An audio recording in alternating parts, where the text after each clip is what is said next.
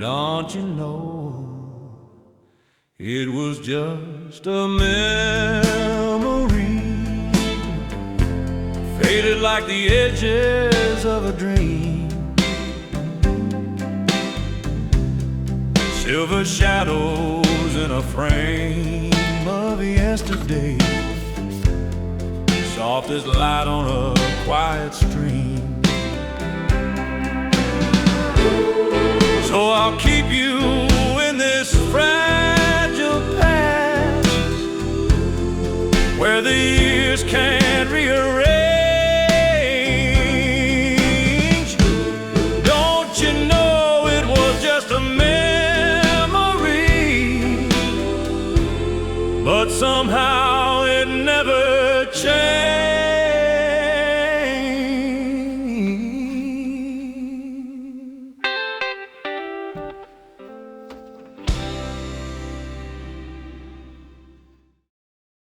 After scanning your negatives with Valoy, you're going to bring them to Lightroom. And here we have several methods how to convert them into positive image.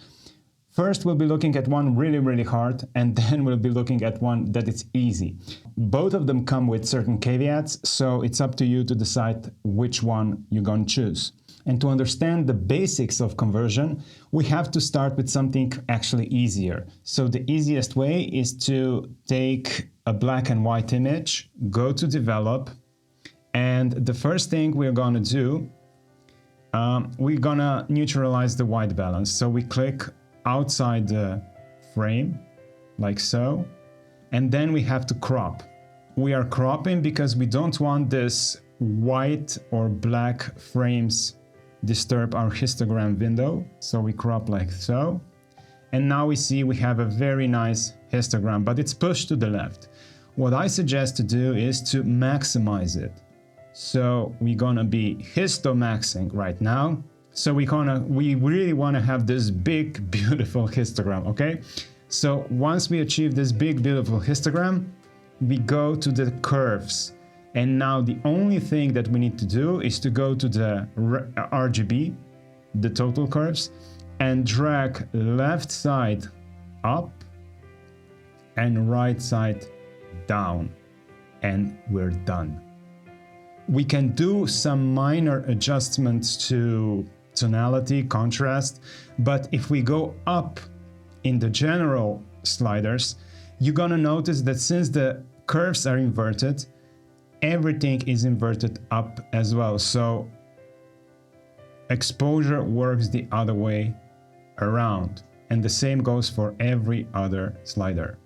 And that's the basics that you need to understand for this moment. And it's going to be valid when we go to color images as well. So let's do that. Let's take a color image. For example, this one. We go to develop, we neutralize white balance, we crop, and now it's time for histomaxing. So let's push the exposure. Okay, once we have the histomax done, let's go back to curves. The same way, we'll be inverting left side up, right side down. Okay, we can use the curves to adjust the histogram as well. So we drag the curve maybe a little up to adjust for exposure. And again, we could be using sliders to the top, but again, they are working in an inverted way. So this one was fairly easy. It's very nicely lit, beautiful, it works, okay? But there are certain negatives which can be tricky. And I had a lot of problems with this picture. So let's take a look at this one. Again, neutralize white balance, crop, and let's just max out the histogram. And now it's time for curves inversion. And we can already see that we have a problem. The whole image is very tinted to the cyan, to the blue, and this is the residue of the orange base, which we haven't completely eliminated by white balance. If we go to the white balance slider, we see that it doesn't work because it's already pushed to the limit, and on top of that, it's inverted. So what we could do is go to curves, go to separate curves for red, green, and blue, go to blue and just reduce the blue, like so. And now we see that we also have greenish cast. So we reduce the greens a little bit. Maybe increase the reds. And you see that nailing perfect color becomes very, very time consuming with certain images. Because the orange base that was present in the original negative is just too much to handle, too much to remove, and it's becoming difficult with curves. So there's got to be an easier method, right? And luckily there is. So we're gonna do a virtual copy of this one. Go to develop, reset, and this time we'll be using Negative Lab Pro version 3, the newest version of this wonderful plugin. It works brilliantly, and it's fast and it's accurate. But first we have to do some steps before.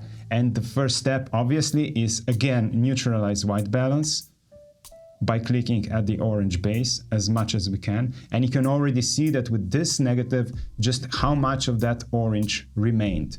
Now we crop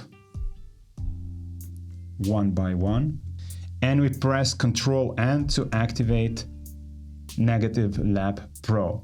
It's a wonderful plugin, and here we have type negative digital camera as our input source, basic color model, and pre-saturation will be left at default. And we just click convert one negative.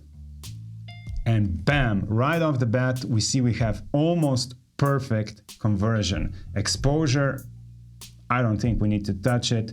Maybe we just push blacks a little up for the details in their clothes. We don't have to touch the white balance, and we just apply. And that's it. And if we look at and compare with the manual conversion, albeit very fast one, we see that we are doing a much, much better job with Negative Lab Pro.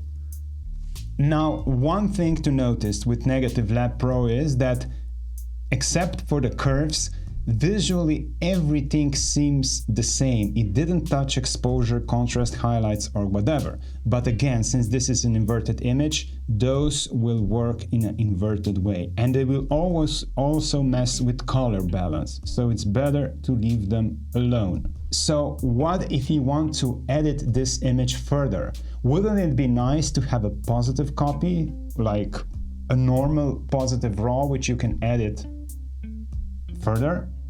Well, Negative Lab Pro does allow for that, especially the newest version, number 3. So let's take this image, for example. I already cropped and neutralized the white balance, so we go to Ctrl-N, and now we go to Advanced Features. And here you have this option, leave on positive copy by default. The type of the positive copy can be determined. Let's use TIFF, let's use 16 bits per color channel, compressed zip, color space sRGB, and it's going to be placed in the stack. So we enable that. We go to convert, and we convert this negative, click apply, and now if we go to our stack, we see we have two copies. One is the original edit, and the other one, it's a positive TIFF. And now we can go to develop, and we can edit this TIFF just as we would any other file. We can correct for white balance, exposure, just like so.